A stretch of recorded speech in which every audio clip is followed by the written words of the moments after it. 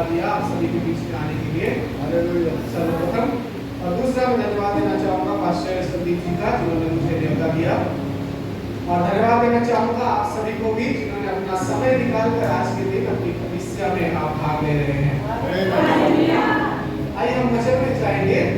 हम निकालेंगे अपने बाइबल से यहोशू का किताब और उसका 4था अध्याय। पुराने नियम से हम निकालेंगे यहोशू उसका 4 अध्याय और उसको हम आज पाठ करेंगे। अगर आपके पास बाइबल है आप निकालें यहोशू उसका 4 अध्याय। पुराने नियम से 6वां किताब है और उसे हम निकालेंगे और उससे हम आज पाठ करेंगे। हालांकि हम प्रार्थना करें वचन में जाने से पहले सरों को झुकाएं और प्रार्थना करें। परमेश्वर पिता, फिर से एक बार हम आपके अनुग्रह के सिंहासन के सामने आते हैं, आपकी उपस्थिति को हम चाहते हैं। जब हम आपके वचन में आए हैं, वचन से सीखने के लिए आए हैं प्रभु, आपका अपवित्र आत्मा हमारी अगुवाई करें, हमें सिखाए और जो हम सुने सीखे उसके अनुसार हम अपने जीवन में चल सके। सहायता कीजिए प्रभु, केवल आप ही के द्वारा, आपके वचन के द्वारा ही संभव है। प्रार्थना चाहते हैं यीशु मसीह के नाम से, आमीन। तो वचन में जाने से पहले मैं आपको बता देना चाहता हूँ कि यहाँ पर घटना क्या हो रहा है। पूरा अध्याय को अगर आप पढ़ेंगे तो वहाँ पाइएगा एक अध्याय में यहोशू इसका एक अध्याय में मूसा जो इस्राएल का सबसे जरूरी नेता था वो मर गया है। और मूसा के बाद जो दूसरा याजक या जो दूसरा नेता आता है, जो दूसरा लीडर आता है इस्राएल का, वो है यहोशू। ठीक है, तो यहोशू जब परमेश्वर उसको अपने सेवकाई में बुलाते हैं वो इस्राएल जाति को लेकर यरदन नदी को पार करता है और कनान देश में वो जा रहा है। और उसी घटना के बारे में यहाँ पर 4 अध्याय में लिखा है। और जब वो कनान देश जा रहा है यहोशू पूरे इस्राएल जाति को लेकर लगभग 12-14 लाख लोगों को लेकर जब वो कनान देश में जा रहा है तो परमेश्वर यहोशू को कुछ काम करने, कुछ जिम्मेदारी को देता है और उसके बारे में हम पढ़ेंगे। अगर आप 4 अध्याय 1 से लेकर 5 पद तक पढ़ते हैं तो हम क्या पाते हैं, मैं पढ़ देता हूँ आपके लिए।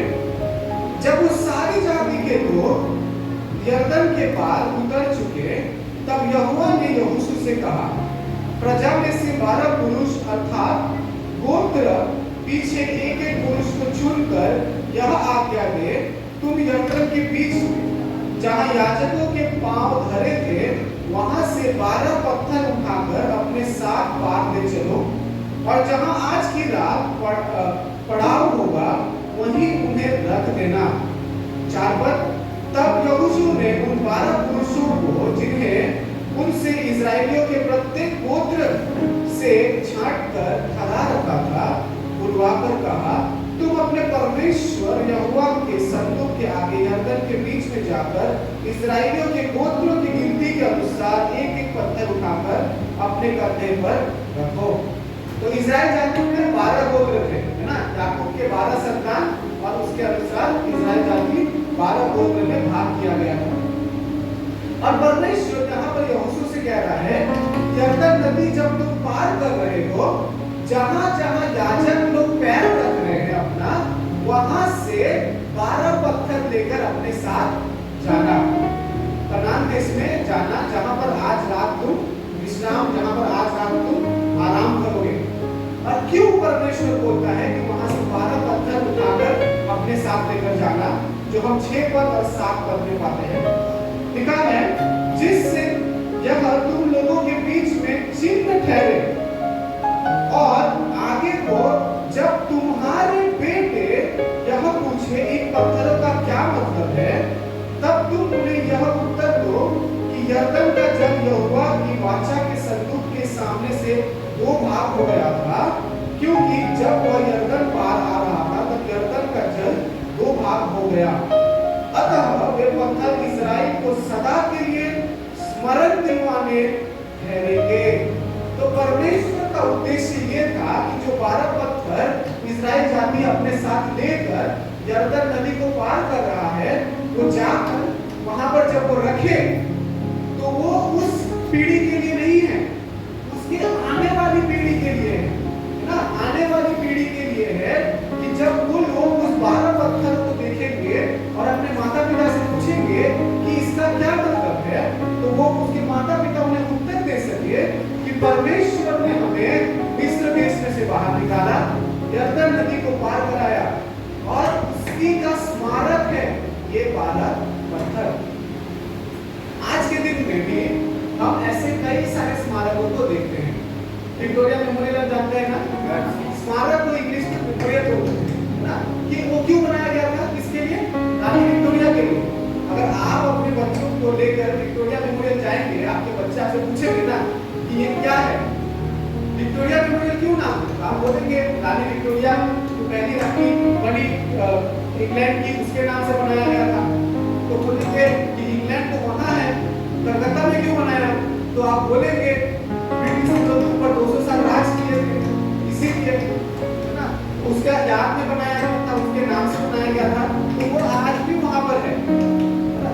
तो इसीलिए एक ही रूप से यहाँ पर भी इस्राएल जाति को परमेश्वर आज्ञा देता है कि 12 पत्थर लेकर तुम एक स्मारक बनाओ, और स्मारक का उद्देश्य है कि आने वाली पीढ़ी, आने वाले बच्चे जब पूछेंगे कि ये क्या है, तब तुम उन्हें मेरे कामों के बारे में स्मरण कराना, तब तुम उन्हें मेरे कामों के बारे में याद कराना।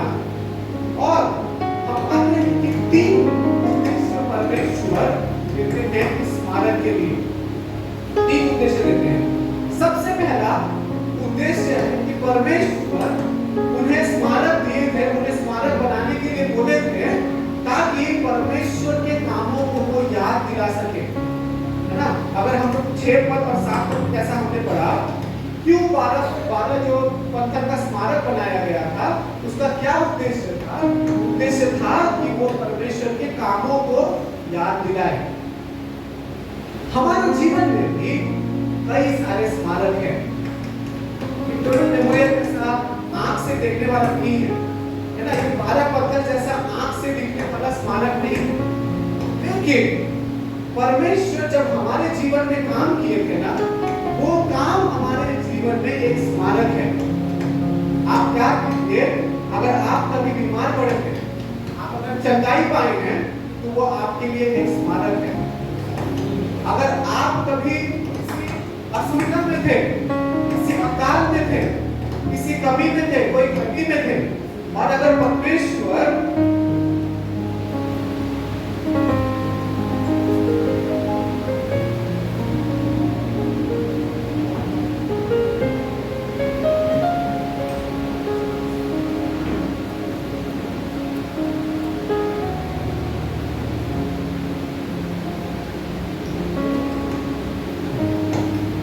मैं बोल रहा था कि अगर आपके जीवन में कोई अकाल है, कोई परेशानी, जहां से परमेश्वर आपको बचाकर निकालेंगे, तो वो भी आपके जीवन में एक स्मारक है।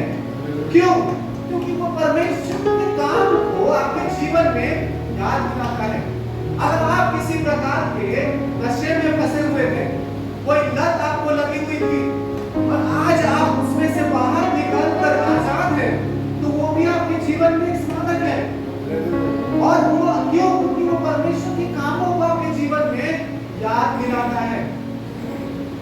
और आज हम लोग फादर्स डे मना रहे हैं ना, और माता पिता होने के कारण हमारी जिम्मेदारी है कि इन स्मारकों को, इन कामों को हम अपने बच्चों को याद दिलाएं, हम आने वाली पीढ़ी को याद दिलाएं।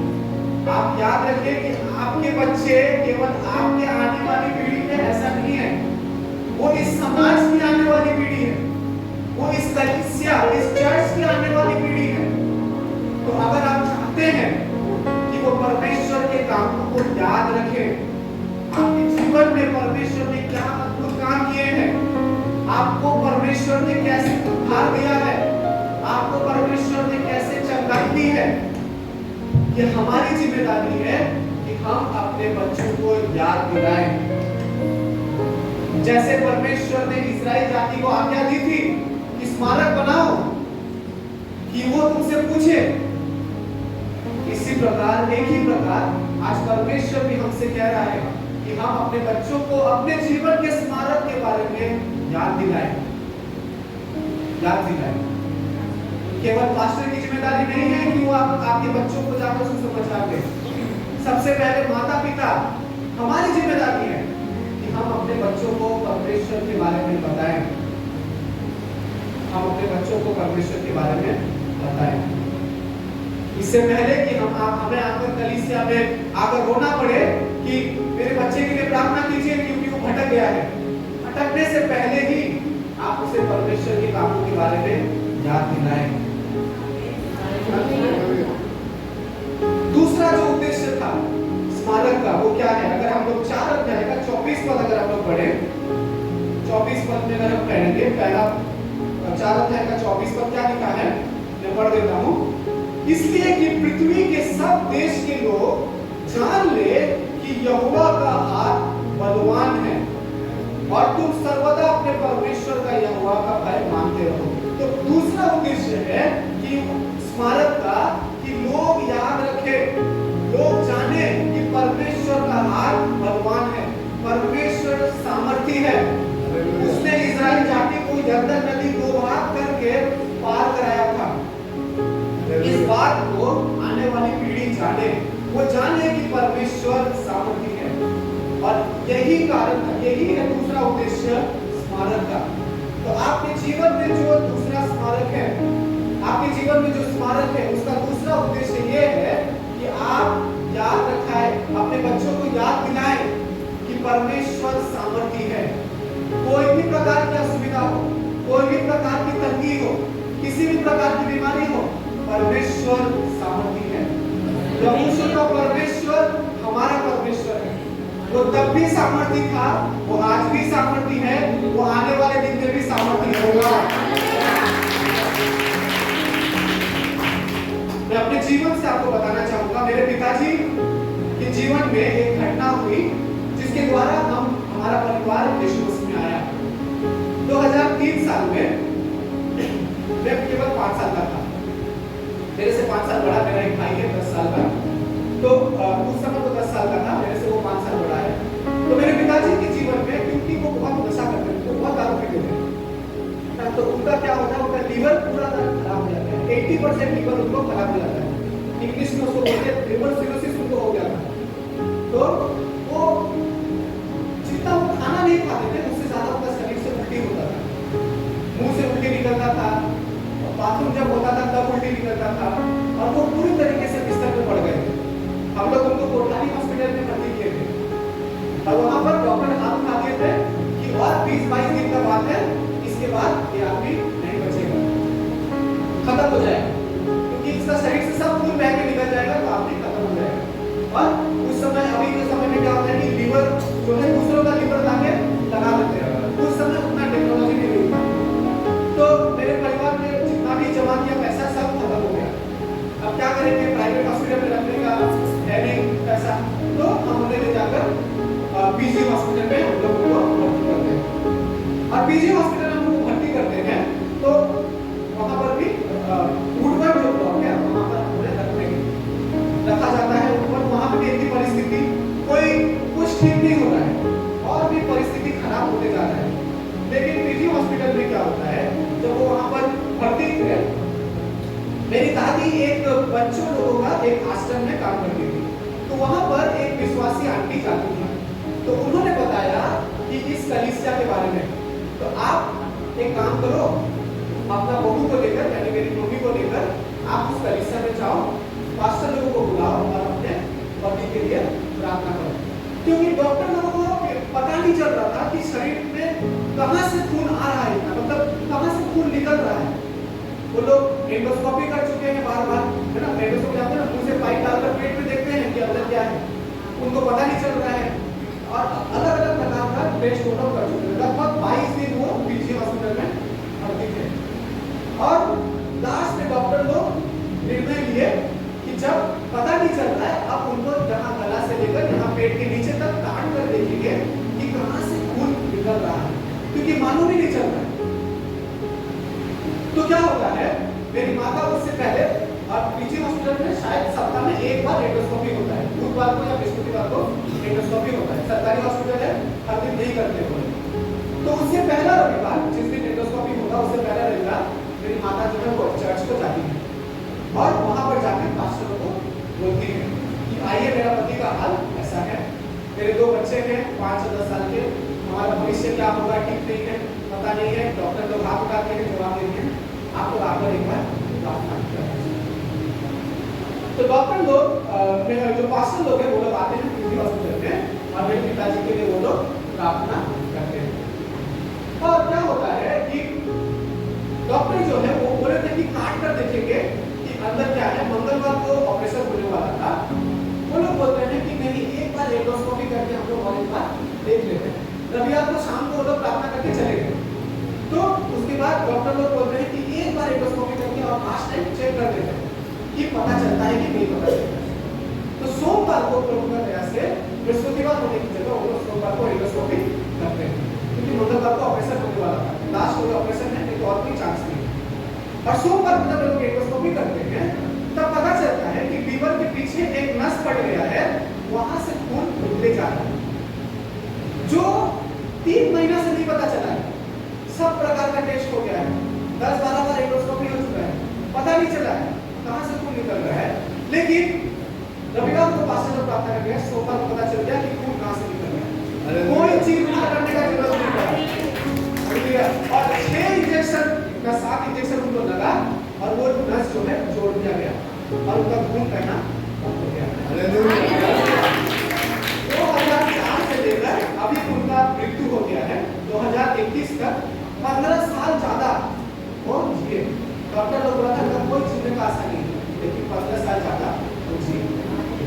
और मैं आपको ये बात क्यों बोल रहा हूँ, मेरी माता जब भी हम दोनों भाइयों को पीजी हॉस्पिटल के सामने से लेकर जाती है, हमें 2004 वाला बात याद दिलाती है, क्योंकि वो हम लोगों के लिए एक स्मारक बन गया।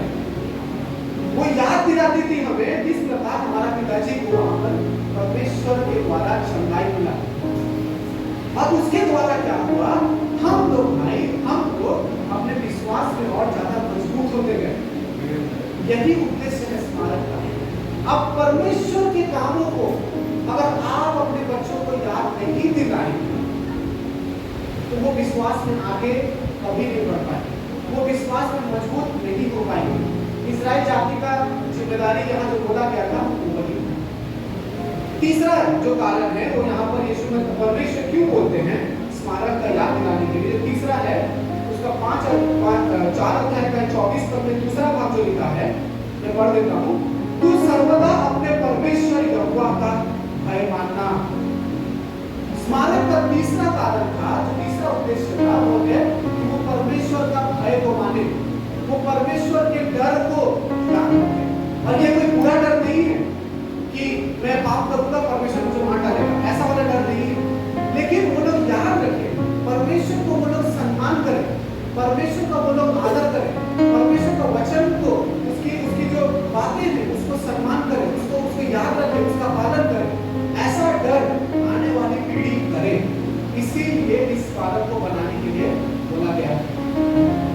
और क्या इस्राएल जाति ऐसा करती है, आइए हम पढ़ेंगे आगे। उसके ठीक अगले किताब में अगर हम पढ़ेंगे न्यायियों का किताब और उसका 1 अध्याय 6 से लेकर अगर हम लोग पढ़ते हैं, न्यायियों का किताब उसका 1 अध्याय 6 से अगर हम पढ़ते हैं, वहां लिखा 6 अध्याय 1 से अगर हम लोग पढ़ते हैं,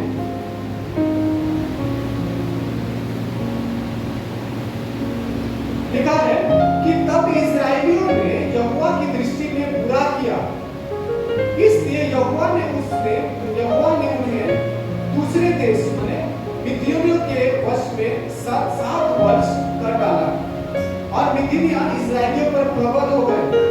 मिद्यानियों के डर के मारे इस्राएलियों को पहाड़ के गहरे खंडरों और गुफाओं और किलों में अपना निवास बनाना पड़ा।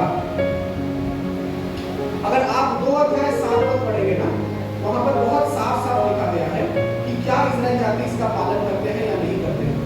7 पद में लिखा है, 2 अध्याय उसका 7 पद, तब यहोशू के जीवन भर और उन वृद्ध लोग के जीवन भर में जो यहोशू के मरने के बाद जीवित रहे और देख चुके थे कि यहोवा ने इस्राएल के लिए कैसे कैसे बड़े काम किए हैं और इस्राएली लोग यहोवा का सेवा करते रहे। 8 पद, तब यहोवा का दास नून का पुत्र यहोशू 110 वर्ष का होकर मर गया। 9 पद, और उसके तिम्न थेरेस में जो एफ्राइम का पहाड़ देश कसा नामक पहाड़ के उत्तरी ओर है, उसी के भाग में मिट्टी की गई। 10 पद, और उसी पीढ़ी के सब लोग भी अपने अपने पितरों में मिल गए। तब उसके बाद जो दूसरी पीढ़ी हुई, उसके लोग ना तो यहोवा को जानते थे और ना उस काम को जो उसने इस्राएल के लिए किया था। 10 पद मैं फिर से पढ़ता हूँ, 2 अध्याय 10 पद, उस पीढ़ी के सब लोग भी अपने अपने पितरों में मिल गए। तब उसके बाद जो दूसरी पीढ़ी हुई, उसके लोग ना तो यहोवा को जानते थे और ना उस काम को जो उसने इस्राएलियों के लिए किया था। यानी यहोशू और उसका जो पीढ़ी है वो लोग मर गए। अब जो दूसरी पीढ़ी आई है, उनके बारे में लिखा गया है कि वो लोग ना परमेश्वर को जानते थे ना परमेश्वर के कामों को जानते थे। ऐसा क्यों हुआ? क्यों हुआ जानते हैं आप? क्योंकि जो पिछली पीढ़ी थी वो लोग उस स्मारक में इस जाति को, इस आने वाली पीढ़ी को, इन बच्चों को नहीं देख रहे। जो पिछली पीढ़ी थी उन लोगों ने परमेश्वर के कामों के बारे में आने वाली पीढ़ी को बताया ही नहीं। पिछली पीढ़ी ने आने वाली पीढ़ी को ये बताया ही नहीं कि उन्होंने कि परमेश्वर ने कैसे उनको मिस्र देश से बाहर निकाला। जबकि परमेश्वर ने साफ साफ बोला था कि इस स्मारक में उनको लेकर आना, उनको स्मरण कराना, उनको याद दिलाना। ये पीढ़ी ऐसा नहीं करती और उसका फल क्या होता है? आने वाली पीढ़ी ना परमेश्वर को जानती है, ना परमेश्वर के कामों को जानती है, ना परमेश्वर के सामर्थ को जानती है और ना परमेश्वर का उनके जीवन में क्या उद्देश्य है उसको जानती है। क्या हम भी ये गलती कर रहे हैं? क्या हम भी उस इस्राएल जाति की उस पीढ़ी के समान ये गलती कर रहे हैं? क्या आप भी ये गलती कर रहे हैं? अपने आने वाली पीढ़ी को क्या आप यीशु मसीह के कामों के नहीं बता रहे हैं? हम पछताएंगे। अगर हम नहीं करेंगे हम ही पछताएंगे। परमेश्वर नहीं पछताएगा, आपका पड़ोसी नहीं पछताएगा, हम पछताएंगे। आज जैसा कि हम क्या है फादर्स डे का पालन कर रहे हैं ना, एक पिता, अगर हम लोग स्कूल में बच्चा को एडमिशन देने जाते हैं ना, वहाँ पर गार्जियन का नाम पूछा जाता है और ज्यादातर क्या होता है जिनके पिता होते हैं उनका पिताजी का नाम लिया जाता है। गार्जियन का जिम्मेदारी क्या होता है? परिवार को सुरक्षित रखना है ना, जो जरूरत है उसे पूरा करना। एक ही रूप से जब हम सांसारिक रूप से सब कुछ पूरा करने का जिम्मेदारी ले रहे हैं, आत्मिक रूप से भी हमारी जिम्मेदारी है कि हम सारी चीजों को पूरा करें। हमारी जिम्मेदारी है कि हम अपने आने वाली पीढ़ी को, आने वाले बच्चों को परमेश्वर के वचन के बारे में बताएं, परमेश्वर के डर के बारे में बोले, हमारे जीवन में परमेश्वर ने कैसे कैसे काम किए हैं उनको हम बोले, हमारे जीवन में परमेश्वर ने कैसे कैसे गवाही को दी है उनको हम बोले। और केवल एक दिन बोलने से नहीं होगा, आज बोलेंगे वो तो कल भूल जाएंगे।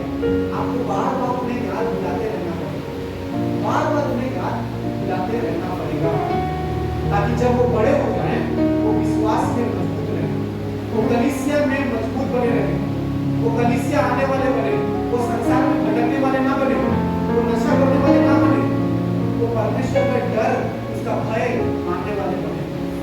आपकी जिम्मेदारी, आपकी जिम्मेदारी। एक कलीसिया का पास्टर हर एक जन के घर में जाकर हर एक के बच्चों को सुधार नहीं सकता है। और पास्टर या फिर जो लीडर लोग हैं वो लोग कभी कभी जाएंगे, कभी कभी बोल सकते हैं, लेकिन माता पिता तो 24 घंटे लगभग उनके साथ रहते हैं ना, बच्चों के साथ। तो हमारी जिम्मेदारी है कि हम अपने आने वाली पीढ़ी को परमेश्वर के लिए तैयार करें, तैयार करें। नहीं तो आज जैसा हम लोग का चर्च का कुर्सी भरा हुआ है ना, आने वाला पीढ़ी में शायद कुर्सी भरा हुआ नहीं रहेगा। और इसका जिम्मेदार परमेश्वर किसे ठहराएगा? हमें ठहराएगा, उन बच्चों को नहीं ठहराएगा, लेकिन वो हमें जिम्मेदार। हमने अपने बच्चों को परमेश्वर के बारे में रेगुलर बताएं। अगर आप अभी तक नहीं बताएंगे तो कोई बात नहीं, बच्चे बड़े नहीं हुए अभी तक, देर नहीं हुई, इसलिए घर जाएं, प्रत्येक दिन अपने बच्चों को लेकर प्रार्थना में बैठें, परमेश्वर के वचन को पढ़ें, उसकी स्तुति, उसके गीतों को गाएं और परमेश्वर की आराधना करें। मुझे परमेश्वर के वचन के बारे में याद नहीं। एक आखिरी वचन को हम पढ़ेंगे और हम खत्म करेंगे। दूसरा तिमोथी, नया नियम में हम पाते हैं, दूसरा तिमोथी उसका 2 अध्याय 1 पद, दूसरा तिमोथी उसका 2 अध्याय और 1 पद। यहाँ भी लिखा है, मैं पढ़ देता हूँ। इसलिए है मेरे पुत्र, तू उस अनुग्रह से जो मसीह यीशु में है बलवंत हो जाओ। दूसरा तिमोथी उसका 1 अध्याय 5 पद, 1 अध्याय 5 पद लिखा है, मुझे तेरे उस निष्कपट विश्वास की सुधि अति है जो पहले तेरे नानी लोइस और तेरी माता यूनिके में था, और मुझे निश्चय है कि तुझ में भी है। तो साधु पौलुस यहाँ पर तिमोथी के बारे में बोल रहा है ना? तिमोथी कौन है? साधु पौलुस के मरने के बाद, यानी साधु पौलुस के मरने के बाद वो इफिसियों जो चर्च है, इफिसियों की जो कलीसिया है, वहां का वो पास्टर बनता है। और साधु पौलुस के बारे में यहाँ पर तिमोथी के बारे में साधु पौलुस क्या बोल रहा है कि साधु पौलुस तिमोथी के बारे में यहाँ क्या बोल रहा है? तिमोथी के अंदर जो विश्वास है वो उसका विश्वास नहीं है। वो किसका विश्वास है? लिखा है कि तेरी नानी यूनिके में था और तेरी माँ, उसकी नानी लोई में था और उसकी माता यूनिके में थी। यानी तिमोथी के अंदर उसका नानी और उसकी माता का विश्वास डाला गया था, और उसके बारे में साधु पौलुस लिख रहा है। यहाँ केवल माता और नानी के बारे में लिखा गया है, तो इसका मतलब ये मत सोचिएगा कि माँ और नानी लोग विश्वास को बांटेंगे, ऐसा नहीं। जिम्मेदारी पिताजी को भी है, दादाजी लोगों का भी है, नाना लोगों का भी है, हर एक का है। अपने विश्वास को अपने बच्चों के साथ बांटे। यीशु मसीह के बारे में उन्हें बताएं, यीशु मसीह के बलिदान के बारे में उन्हें बताएं। हम इस क्रूस को क्यों मानते हैं उसके बारे में उन्हें बताएं, उन्हें याद दिलाएं, उन्हें परमेश्वर के वचन के बारे में बताएं, ताकि आने वाली पीढ़ी विश्वास में बलवंत बने। जैसा हम विश्वास करते हैं हमारे बच्चे भी विश्वास करें, वो अच्छे विश्वासी बने। समाज में, हमारे परिवार में, हमारे चर्चेस में वो अच्छे विश्वासी बने, और इसकी जिम्मेदारी हमारी। आइए अपने सरों को झुकाएं और प्रार्थना करें। परमेश्वर पिता, हम आपको धन्यवाद देते हैं फिर से एक बार आपके इस वचन के लिए जो आपने हमारे जीवन में दिया आज के दिन। धन्यवाद करते हैं हमें याद दिलाने के लिए, हमें स्मरण कराने के लिए कि आप चाहते हैं कि हम अपने विश्वास को अपने बच्चों के साथ बांटें, अपने आने वाली पीढ़ी के साथ बांटें। हम उस इस्राएल जाति के समान गलती ना करें प्रभु, जो अपने विश्वास को, आपके कामों को तो अपने बच्चों के साथ नहीं बांटे थे। लेकिन हमें सहायता कर, हमारे मुंह को खोल, हमारी आत्मा में तू चेतना दे, हमारे मनों में काम कर, हमारे बुद्धि को जगा, ताकि हम अपने बच्चों को, अपने आने वाली पीढ़ी को, आने वाले नस्ल को आपके वचन के बारे में बोल सके, आपके कामों के बारे में बोल सके, हमारे जीवन में जो गवाही है उन्हें हम बांट सके। अगर हमारे अंदर कोई डर, कोई शर्म है, उसे तुम दूर कर प्रभु यीशु मसीह के नाम से। हमारे मुंह को तुम खोल दे प्रभु, ताकि हम अपने आने वाली पीढ़ी को अपने वचन के बारे में बताएं, आपके कामों के बारे में, अपनी कुर्बानी के बारे में बताएं, आपकी कुर्बानी के बारे में बताएं, ताकि वो भी अच्छे विश्वासी बने, अच्छे सेवक बने, अच्छे दास बने, आपकी कलीसिया में सेवा करने वाले बने। ताकि हमें महिमा नहीं प्रभु, लेकिन केवल आपको और आपको ही महिमा मिले। धन्यवाद करते हैं प्रभु फिर से एक बार जीवन में देने के लिए। धन्यवाद करते हैं प्रभु फिर से एक बार हमें बचाने के लिए, हमारे लिए अपने पुत्र यीशु मसीह को भेजने के लिए। धन्यवाद प्रभु, सहायता कर इस वचन को केवल सुनने वाले नहीं, लेकिन उसे लेकर हम चलने वाले बन सके। हमारे जीवन से, हमारे परिवार से, हमारे आने वाली पीढ़ी से प्रभु केवल आपको महिमा मिले। प्रार्थना चाहते हैं यीशु मसीह के नाम से, आमीन।